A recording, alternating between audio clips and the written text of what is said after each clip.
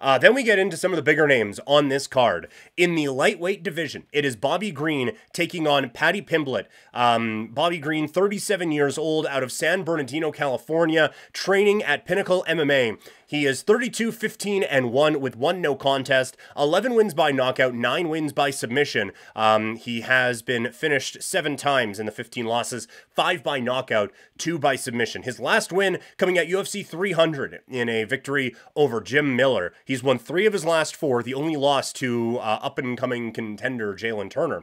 Most significant strikes and most total strikes landed in lightweight history.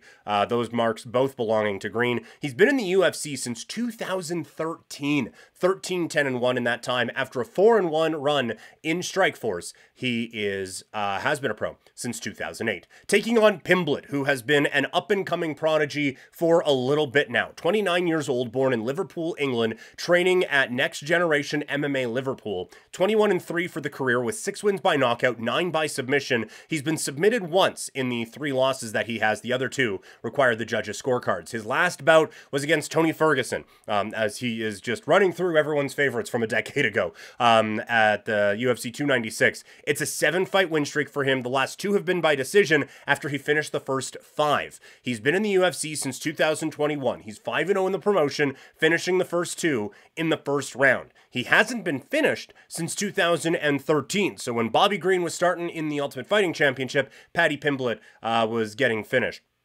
He's a former Cage Warriors FC featherweight champion, lost the fight for the vacant Cage Warriors FC lightweight championship, and he's been a pro since 2012. This is I think, significant step up for Paddy Pimblett. I know Tony Ferguson has the better resume, but where they are at in their careers, I think Bobby Green greater than sign Tony Ferguson. And I feel like there is going to be a lot of pressure on Paddy Pimblett because this is another, he's 37, it's an aging whatever. This is a true interesting test for Paddy Pimblett. And the one thing you can kind of knock him on for the Tony Ferguson performance, gas tank was running a little low in that 3rd round. If Tony Ferguson can defend 1 takedown, that fight gets really, really interesting in that 3rd round. But he didn't, and Pimblett was busy enough on top to finish that. Bobby Green could run a marathon and still whoop your ass. Like, he has cardio, I'm not going to say cardio for days, but he is certainly not one who tires out. And he did such an amazing job in the Jim Miller fight of almost forcing is the only way to say it. He forced that fight into the pace that he was comfortable with. The strikes come from everywhere. He has not, like the whole keep your hands up thing, he has spent exactly 0 days in his life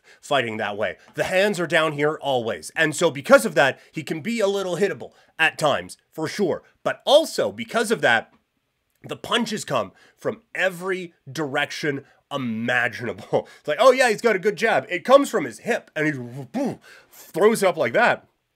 But he is such an interesting fighter, and he is basically like no one else Paddy Pimblett has faced before. This is, I think, legitimately a real step up in competition for Paddy Pimblett. And I know Paddy can be a little bit polarizing at times.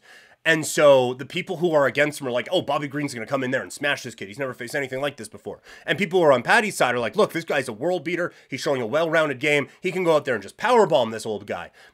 I do think this is going to be a really, really close fight. I do think that we are at the point now where Paddy Pimblett's game has elevated a little bit beyond where Bobby Green is at this point. But this is going to be a true test of this prospect here in the lightweight division. But I think that this is going to be one of the ones that really gets that Paddy Pimblett hype train rolling again. I do think he gets the job done, but Lord help him if he doesn't get it done in the first 2 rounds, because I think Bobby Green is going to really ramp up the pressure going into that final round.